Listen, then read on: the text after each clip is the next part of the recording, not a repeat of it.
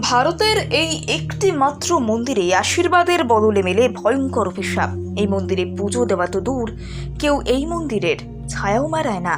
মন্দিরটি এতটাই অভিশপ্ত যে এখানে পুজো দিলেই ঘোর অমঙ্গল ঘটে। রাত বিরেতে মন্দিরটির ভেতরে ঘটে ভৌতিক কাণ্ড। ভারতের কোথায় আছে এই মন্দির? তাহলে চলুন দেরি না করে আজকের এই প্রতিবেদন থেকে এমন ভৌতিক রহস্যময় মন্দিরটির আদ্যপান্ত সম্পর্কে জেনে নেওয়া যাক।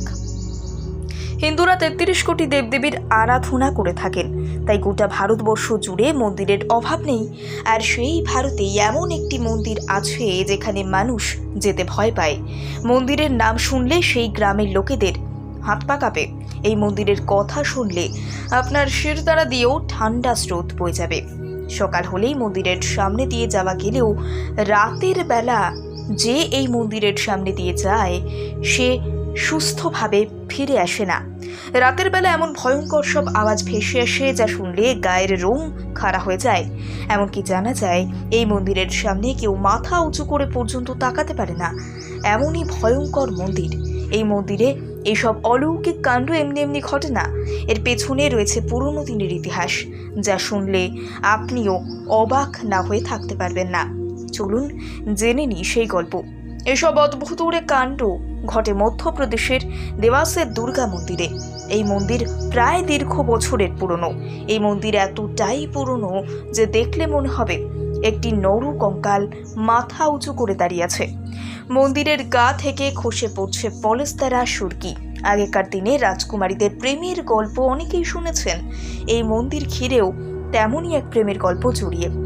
দুর্গা মন্দিরটি তৈরি করেছিলেন দেওয়াসের রাজা। রাজা খুবই ধার্মিক প্রকৃতির মানুষ ছিলেন। ঈশ্বরের প্রতি অগাধ বিশ্বাস, বিশেষ করে মা দুর্গার ভক্ত ছিলেন তিনি। তাই ওনার স্মরণে সকল গ্রামবাসীদের জন্য তিনি এই মন্দির তৈরি করার সিদ্ধান্ত নেন। মন্দির নির্মাণ হয়ে গেলেও মন্দিরের পুজো সম্পূর্ণ হচ্ছিল না। তার আগেই ঘটে যায় এক আশ্চর্য ঘটনা।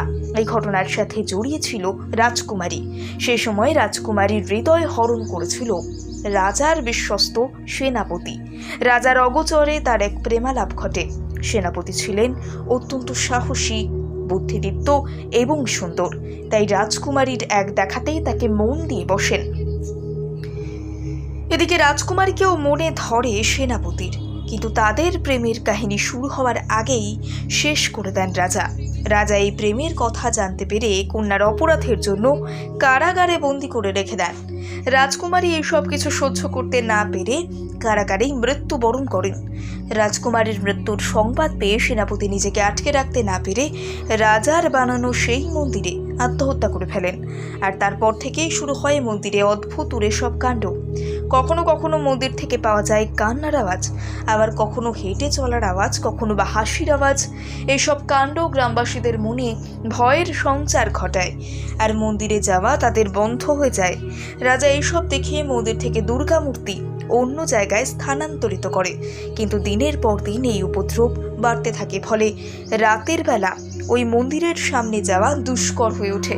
সেই জন্য গ্রামের লোকেরা নানান ধরনের পূজা অর্চনা করে এই মন্দির বন্ধ করে দেন।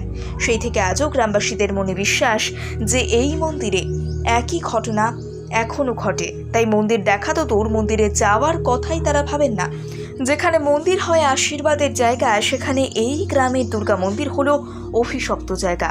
যদিও বা বৈজ্ঞানিকরা এই বিষয়টির জন্য এখানে এসে নানান ধরনের পরীক্ষা নিরীক্ষা পর্যন্ত করেন, কিন্তু তাতে এমন কোনো কার্যকলাপ ধরা পড়েনি যেখান থেকে এই মন্দিরটিকে ভুতুড়ে মন্দির বলা চলে। বৈজ্ঞানিকদের মতে গ্রামবাসীরা কিছু ভ্রান্ত ধারণা এবং ভয় মনে পুষে রেখে এইসব কথা বলছে।